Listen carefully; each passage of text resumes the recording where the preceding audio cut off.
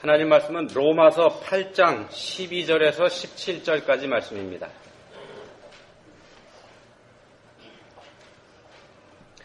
한 목소리로 읽겠습니다. 그러므로 형제들아 우리가 빚진 자로되 육신에게 져서 육신대로 살 것이 아니니라. 너희가 육신대로 살면 반드시 죽을 것이로되 영으로서 몸의 행실을 죽이면 살리니 무릇 하나님의 영으로 인도함을 받는 사람은 곧 하나님의 아들이라. 너희는 다시 무서워하는 종의 영을 받지 아니하고 양자의 영을 받았으므로 우리가 아빠 아버지라고 부르짖느니라. 성령이 친히 우리의 영과 더불어 우리가 하나님의 자녀인 것을 증언하시나니 자녀이면 또한 상속자 곧 하나님의 상속자요 그리스도와 함께한 상속자니 우리가 그와 함께 영광을 받기 위하여 고난도 함께 받아야 할 것이니라. 아멘. 예, 영화 배너 다 아시죠? 이 영화 배너 장면 중에서 명장면으로 꼽히는 게 영화가 끝날 무렵에 나오는 전차 경주 장면이었었죠. 근데 이 장면에서 이 전차 경주 장면에서요. 주인공 유다 배너는 더 이상 유대인 배너가 아닌 로마인 아리우스가 되어 있습니다. 이름이 바뀌어 있죠. 여기서 배너의 상대가 되는 사람이 메살라라고 하는 로마 젊은이인데요. 어렸을 적 배너의 친구입니다. 그렇지만 어렸을 적 친구임에도 불구하고 배너의 집안을 공경에 빠뜨렸던 그런 사람이기도 하죠. 그렇지만 그런 메살라도 배너가 더 이상 유대인이 아니기 때문에 로마 사람의 권세로 이 배너를 그냥 찍어 누르진 못합니다. 그리고 정당한 실력으로도 배너를 감동해내기는 벅차다는 걸 알고 있으니까 비열한 방법을 전차 경주에서 사용을 하죠. 여기서 유대인이었던 유다 배너가 로마인 아리우스로 신분이 바뀌게 된 것. 배너가 아리우스 제독의 양자가 되었기 때문입니다. 로마의 제독 아리우스의 양자가 되었기 때문입니다. 2000년 전에 로마 제국은 양자 제도를 인정하고 있던 사회였었고요. 또 그 제도를 잘 활용하고 있던 그런 문화이기도 했었습니다. 대를 이을 아들이 자신에게 없거나 또는 아들이 있지만 마음에 드는 젊은이가 발견됐을 때 자신의 혈족이 아님에도 불구하고 그 사람을 양자로 받아들이는 경우가 종종 있었습니다. 이 영화에서도 주인공 배너는 갤리선이라고 하는 노예선에서 노를 짓고 있는 노예 신세이었었습니다. 그렇지만 전투 중에 이게 배가 부서져서 침몰하게 되었고 그때 함대사령관 아리우스의 생명을 구해주게 되죠. 그래서 그게 인연이 돼서 그 사람의 양자가 됩니다. 그리고 그 아리우스 사령관의 상속자로 신분이 바뀌게 됩니다. 본문 15절 말씀해 보시면은 양자라는 단어가 나옵니다. 그래서 양자 말씀을 드린 건데요. 너희는 다시 무서워하는 종의 영을 받지 아니하고 양자의 영을 받았으므로 이런 말씀이 여기 있습니다. 여기 보시면은 종의 영과 양자의 영, 이 두 가지가 대비가 되고 있습니다. 그리고 이 말씀이 너희는 다시 무서워하는 이렇게 시작이 되는데요. 여기서 말씀하는 너희는 이 로마서 편지를 받는 수신자가 되는 로마에 살고 있는 기독교 신자들이 해당이 됩니다. 그리고 또한 이 이후에 성경에 로마서가 포함된 이후에 이 로마서를 읽는 기독교인들 모두가 포함되기도 합니다. 따라서 이 자리에 있는 우리 모두도 여기에 나오는 너희는 이 너희에 우리도 포함이 됩니다. 너희는 다시 무서워하는 종의 영을 받지 아니하고 양자의 영을 받았으니 이런 말씀이 여기 있는데 이 자리에 있는 우리가 양자가 되었다는 뜻입니다. 이 자리에 있는 우리 모두가 양자가 됐다는 뜻입니다. 과거에는 종이었다가 지금은 양자가 됐습니다. 과거에는 종이었었습니다. 근데 지금은 양자가 됐습니다. 종은 두려워해야 하는 입장에 있는 사람입니다. 자신의 삶을 주장할 권한을 가지고 있는 사람이 따로 있기 때문에 그 사람이 두려울 수밖에 없습니다. 또 종으로서의 역할을 제대로 못하게 되면은 자신을 징계하고 처벌할 권한이 또 그 사람한테 있기 때문에 당연히 또 그 사람이 두려울 수밖에 없습니다. 그렇지만 종이 아닌 양자로 신분이 바뀌게 되면은요, 두려움이라는 게 필요가 없습니다. 왜냐하면 주인이 이제는 자기 자신의 우리 아버지가 됐기 때문에 그렇게 되죠. 그래서 주인을 두려워하기보다는 오히려 아빠, 아버지 이렇게 부르면서 응석을 부릴 수도 있게 된다는 말씀입니다. 로마의 양자제도를 말씀드렸는데 우리나라에도 사실은 양자제도가 있었습니다. 근데 우리나라에도 양자제도가 있었습니다만 우리나라에서의 양자는 어디까지나 양자입니다. 무슨 말씀인가 하면은요, 대를 이을 자식이 없어서 친척 중에서 적당한 사람을 양자로 받아들여서 자신의 후계자로 삼았다고 하더라도, 자신의 후계자로 삼기 위해서 양자로 들였다고 하더라도 나중에 친아들이 태어나면 그 양자의 입지는 흔들리는 것이 우리나라의 양자 문화였습니다. 양자를 취소하는 경우도 종종 있었습니다. 한 가지 예를 들면은요, 기록에 의하면은 조선 성종 때 강희맹이라는 사람이 있었는데 이 사람은 형제였었습니다. 둘째 아들입니다. 형이 있죠, 당연히. 작은 아버지한테 아들이 없습니다. 그래서 작은 아들인 이 강희맹이라는 사람이 작은 아버지에게 양자를 갖습니다. 상황이 이해가 되시죠? 작은 아버지한테 양자를 갖습니다. 형제가 있는데. 근데 집에는 원래 자기 아버지한테는 형이 남아있죠? 이 형이 자식이 없이 죽었습니다. 그럼 어떻게 됩니까? 원래 자기 아버지한테는 대가 끊어지게 되잖아요. 그러니까 나라에서 고민을 합니다. 이 사람을 어떻게 해야 되나? 그냥 그 자리에 작은 아버지의 대를 잇게 하기 위해서 양자를 그냥 둬야 되나? 원위치 시켜야 되나? 결론이 어떻게 났는가 하면은요, 양자를 취소하고 자신의 원래 집으로 되돌려 보냈습니다. 그래서 니네 집에 가서 대를 이어라. 이게 우리나라의 양자제도였었습니다. 우리나라 문화에서 양자는 친자와는 같을 수 없다는 뿌리 깊은 인식이 깔려 있는 게 우리나라의 양자제도였었습니다. 그래서 이런 양자제도를 기본으로 해서 본문을 이해하게 되면 우리가 오해할 수 있기 때문에 이 말씀을 드립니다.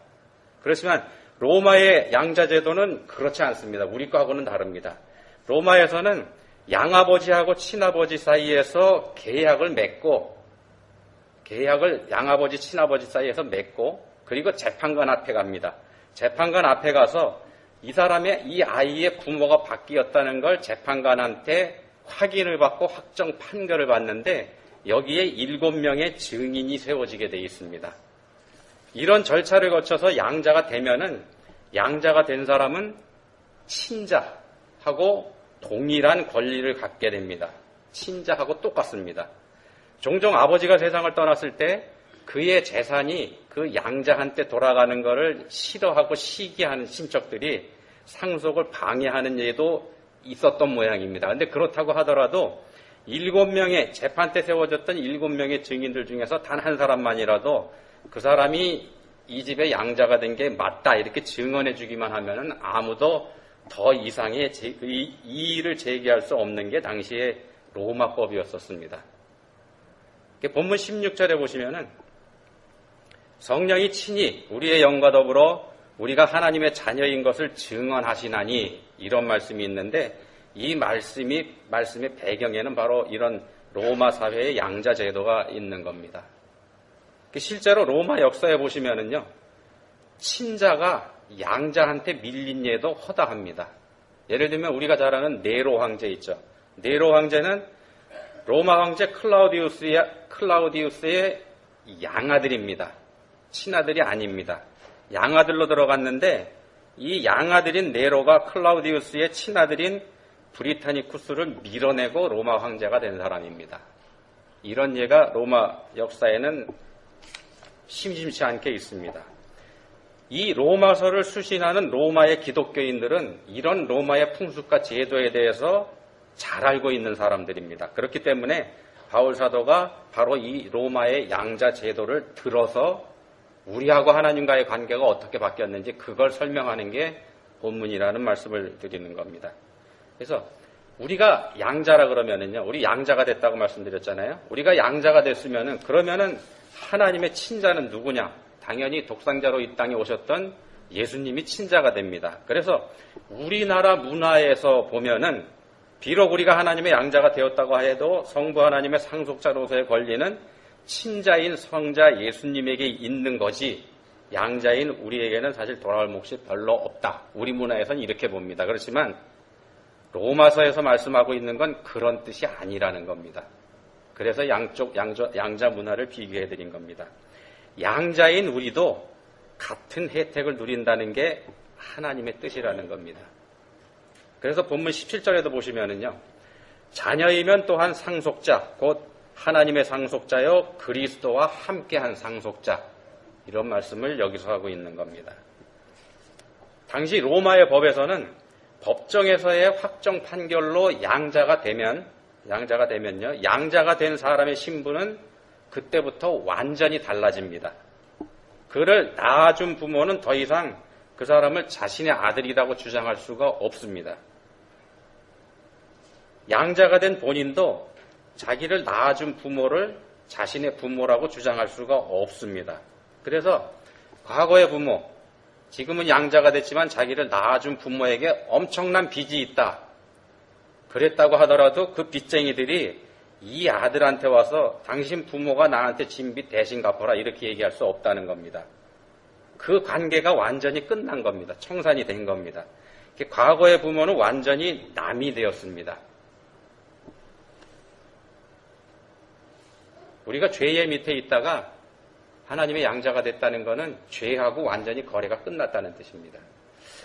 본문 15절로 다시 돌아가 보면은요, 종의 영이라는 말씀이 있습니다. 앞에서도 잠깐 말씀드렸습니다만 구원받은 우리 하나님의 백성들은 과거에는 종이었습니다. 죄의 종이었습니다.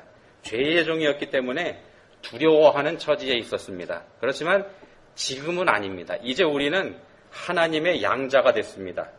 예수님을 구주로 영접하는 고백과 함께 거듭난 그리스도인들은 본문 14절에서 말씀하는 것처럼요. 본문 14절 말씀처럼 하나님의 영으로 인도함을 받고 하나님의 아들이 된 사람들입니다. 그리고 이 사실을 본문 16절의 말씀처럼 성령이 친히 증언해 주십니다. 그렇기 때문에 과거 우리의 부모 노릇을 하던 죄는 더 이상 우리에게 어떠한 권리도 주장할 수가 없습니다. 죄는 더 이상 우리에게 힘을 쓰지 못하는 처지가 됐다는 말씀입니다. 우리는 그래서 더 이상 죄의 종이 아닙니다. 죄의 삭은 사망이라고 우리가 알고 있지 않습니까? 그래서 죄의 삭스로 치러야 하는 사망도 더 이상은 우리하고 상관이 없습니다. 우리는 죽음을 이기고 부활하신 예수 그리스도와 함께하는 더 이상 죽지 않아도 되는 하나님의 자녀이기 때문입니다. 그런데도 우리는 여전히 죄의 종로릇하는 경우가 있습니다. 그게 우리들입니다. 우리들의 믿음이 그렇습니다. 여전히 죄의 종노릇을 하고 있습니다. 아직도 사망을 우리의 왕으로 섬기고 있기도 하고요. 또 그걸 두려워하기도 합니다. 우리는 결국 죽게 될 인생이다. 이런 생각을 자기 스스로 하면서 스스로 한계를 설정해 놓고 그 틀에 바뀌어서 고민하는 게 우리들이라는 말씀입니다.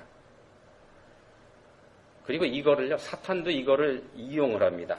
사탄도 우리를 유혹하는데 우리가 하나님의 자녀가 되었다고는 하지만 결국 양자에 불과할 뿐이다. 이렇게 우리한테다 속삭인다는 말씀입니다. 언제든지 상황이 바뀌어서 친아들이 돌아오게 되면 내쳐버릴 운명이 있는 게 바로 너다. 이렇게 속삭인다는 말씀입니다. 거짓말입니다. 사탄이 이렇게 우리를 속이는 거, 우리한테 그런 생각이 드는 거 사탄이 속삭이는 얘기인데요. 거짓말입니다. 요한복음 8장 44절에서 사탄을 거짓의 아비다 이렇게 말씀을 합니다. 거짓말이 사탄의 전문입니다. 요한계시록 12장 10절에 보시면은 사탄을 가리켜서 이렇게 말씀합니다. 우리 형제들을 참소하던 자, 곧 우리 하나님 앞에서 밤낮 참소하던 자, 이렇게 사탄을 표현을 합니다. 사탄은 우리를 모함하고 우리를 참소하는 그런 존재입니다. 어떻게 해서든지 우리를 다시 자신의 손아귀에 넣기 위해서 우리를 참소하는 그런 일을 하는 게 사탄이란 말씀입니다. 우리에게 와서는요, 너는 하나님의 자녀가 아니야. 이렇게 거짓말로 속삭이고요. 하나님한테 가서는 제가 무슨 하나님의 자녀입니까? 저렇게 맨날 죄 짓고 사는데 이렇게 참소한다는 말씀입니다. 그게 사탄이 하는 일입니다. 이렇게 사탄의 비열한 모습은 우리가 욥기를 통해서 적나라하게 볼 수가 있습니다. 욥기에 등장하는 사탄, 잘들 아시겠지만은 하나님을 경외하는 사람이 욥을 타락시키기 위해서 온갖 수단을 다 동원하고 있습니다. 그러니까 어떻게든지 사탄을 거꾸로 틀리기 위해서 주위에 있는 모든 사람들까지 다 동원하죠. 그리고 다른 한편으로는 하나님 앞에 가서 욥을 모함하지 않지 않습니까? 모함하지 않습니까? 그게 사탄입니다. 여기에 우리가 속으면 안 됩니다. 그리고 또 한 가지는요. 어떤 사람이 양자가 돼서 신분이 바뀐다는 거는요. 어떤 사람이 양자가 이쪽 부모에게 있다가 이쪽 부모로 가서 신분이 완전히 바뀐다고 말씀드렸지 않습니까? 이렇게 되는 거는 양자로 간 본인의 의사하고는 전혀 상관이 없습니다. 내가 이 부모가 싫어서 이쪽 부모로 양자로 가겠다. 그래서 가는 거 아니라는 말씀입니다. 양자로 맞아들이기를 원하는 건 부모의 뜻입니다. 원칙적으로 어린 양자를 드리는 일에 있어서 본인의 의사는 전혀 고려되지 않는 게 일반적입니다.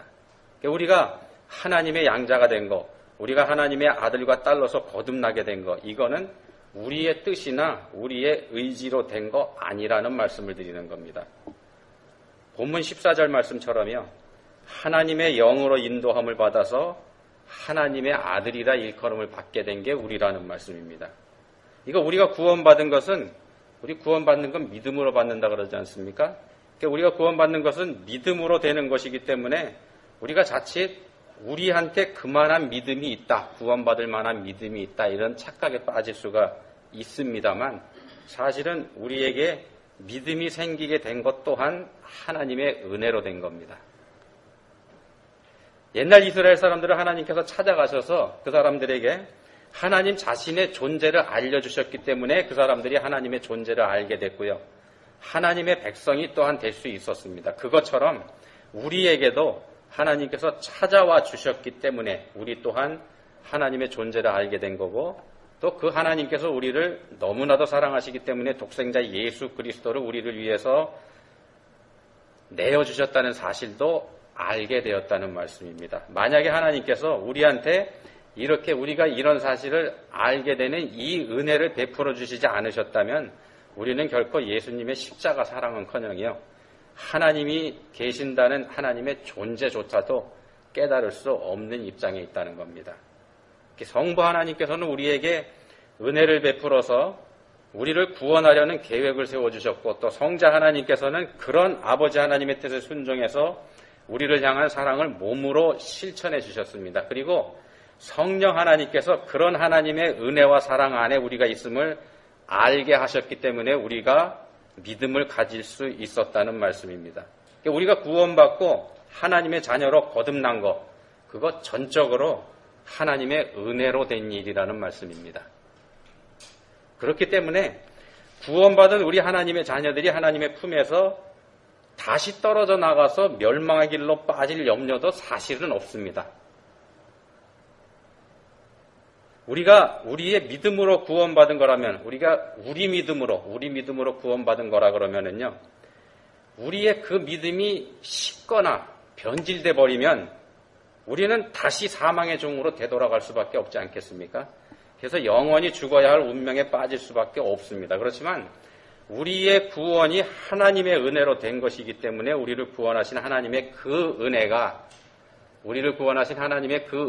여전히 우리를 붙잡고 계시는 한 거짓말쟁이 사탄도, 또 우리의 생명을 호시탐탐 노리는 사망도, 비록 우리가 아직도 죄를 지을 수밖에 없기 때문에 죄에서 자유롭지 못한 그런 처지에 있다고 하더라도 더 이상 우리를 주장할 수 없습니다. 우리가 우리 스스로에게서 생긴 믿음이 아닌 하나님의 은혜에서 비롯된 하나님께서 주신 믿음으로 구원받았다는 사실이 그래서 얼마나 다행스럽고 복된 일인지 모릅니다.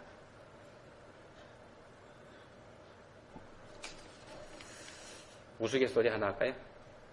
진짜 웃기는 얘기가 될지 모르겠는데, 공부를 지지리도 못하는 아이가 하나 있었습니다. 얼마나 못했냐 하면은요, 시험만 보면은 매번 꼴찌입니다. 한 번도 꼴찌에서 벗어난 적이 없는 그런 아들입니다. 이렇게 반에서 시험만 봤다 그러면 꼴찌는 이 아들의 몫입니다. 그러니까 하루는 아버지가 하도 어이가 없고 기가 막히니까 아들을 불러다 놓고 이렇게 얘기를 했습니다. 야 이놈아, 어떻게 꼴찌에서 한 번도 벗어나지 못하냐? 이 애비 체면도 좀 생각해 줘야 될 거 아니냐? 이렇게 타이르기를 시작해서 마지막에 가서는 엄하고 단호한 목소리로 아들한테 말했습니다. 만약에 다음 시험에서도 또 꼴찌를 하게 되면 너 더 이상 나보고 아버지라고 부를 생각하지 마. 이랬습니다. 그랬더니 아들이 고개를 푹 숙이고 있다가 할 수 없으니까 알았습니다. 그렇게 대답을 했습니다. 그 아들을 보는 아버지가 이제 얘가 이제 뭔가 좀 굳은 결심을 한 것 같다. 이렇게 느끼니까 기대를 속으로 좀 했습니다. 그리고서 드디어 이제 얼마 지나서 다음 시험을 치렀고요. 시험 결과가 나오는 날 아버지가 기대가 되니까 학교에서 돌아오는 아들을 맞기 위해서 바깥에 나가서 기다리다가 돌아오는 아들을 맞았습니다. 그리고 기대에 찬 목소리도 아들한테 물어봅니다. 그래, 어떻게 됐냐? 이번엔 드디어 꼴찌에서 벗어났겠지? 그랬더니 아들이 뭐라고 대답했는지 아십니까? 이렇게 대답했다랍니다. 근데 아저씨는 누구세요?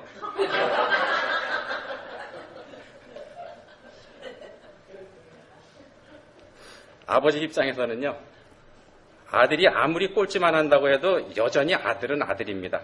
그렇지 않습니까?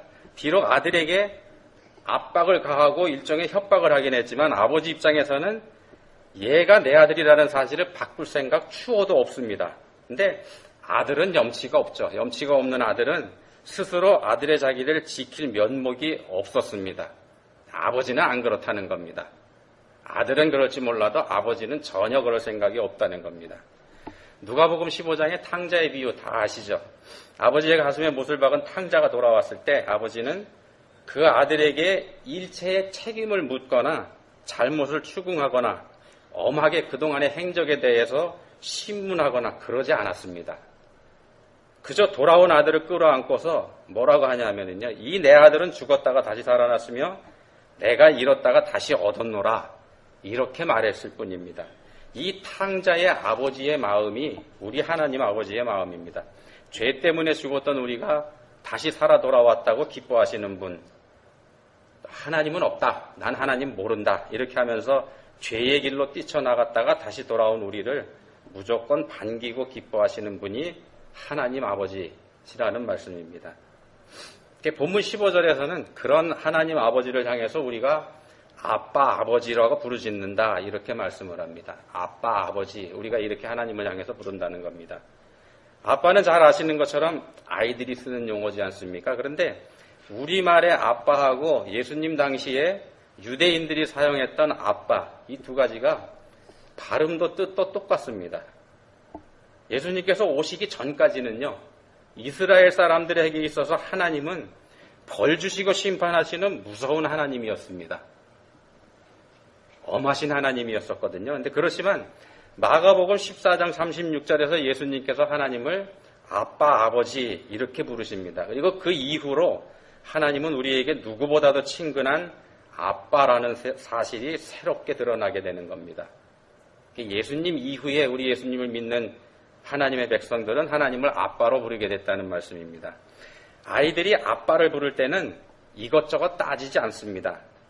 부담도 갖지 않고 아빠라고 부릅니다. 또 아빠를 자기가 부를 때는 뭔가 자기에게 필요한 것이 있기 때문에 아빠를 부르는 게 대부분입니다. 또 아빠를 부르는 아이는 아빠가 자기에게 필요한 그 필요를 들어줄 거라는 믿음을 가지고 부릅니다. 왜 그렇습니까? 이유는 딱 한 가지입니다. 자신이 그 아빠의 자녀이기 때문이죠. 본문에서 말씀하는 것도 이거하고 똑같습니다. 아이들이 아빠를 부를 때 아무 부담이나 주저함 없이 부르는 것처럼 하나님의 자녀된 우리 또한 그렇게 하나님을 불러주기를, 찾아주기를 기대하시는 겁니다. 하나님의 자녀라면 아버지 대신 하나님을 찾는 일에 부담을 가질 필요가 없다는 겁니다. 우리가 하나님의 자녀로서의 자격이 없다고, 우리가 하나님의 자녀가 될 자격이 없다고 우리 귀에다 대고 속닥거리는 사탄의 음성에 우리의 마음을 뺏길 필요가 없다는 겁니다. 하나님께서는 우리에게 하나님의 자녀가 되기 위해서 특별한 자격 같은 거 요구하지 않으십니다. 다만 우리가 하나님의 자녀라는 사실을 알고 믿기만 늘 바라실 뿐입니다. 우리가 그런 믿음을 가지고 하나님 앞에서 행할 때 비록 이 세상에서 우리가 고난을 당하는 경우가 있다고 하더라도 그건 고통스러운 것이거나 견디지 못할 두려운 그런 것들이 되지 못합니다.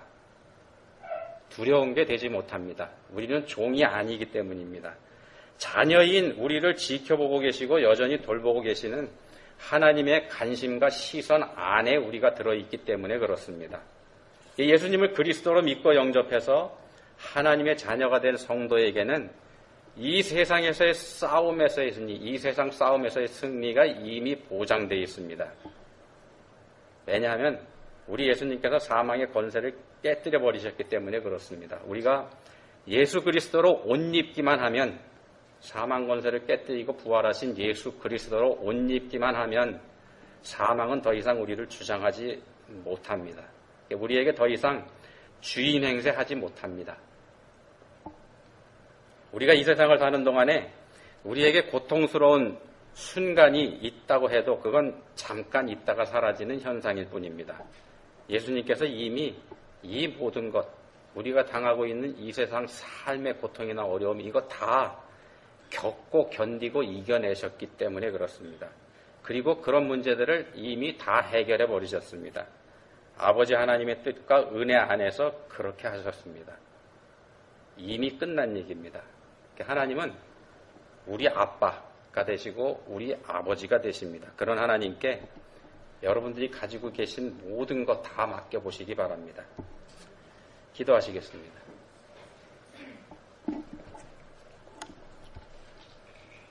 저희들의 아빠 되시며 아버지가 되어주신 하나님 아버지의 은혜와 사랑을 감사드립니다.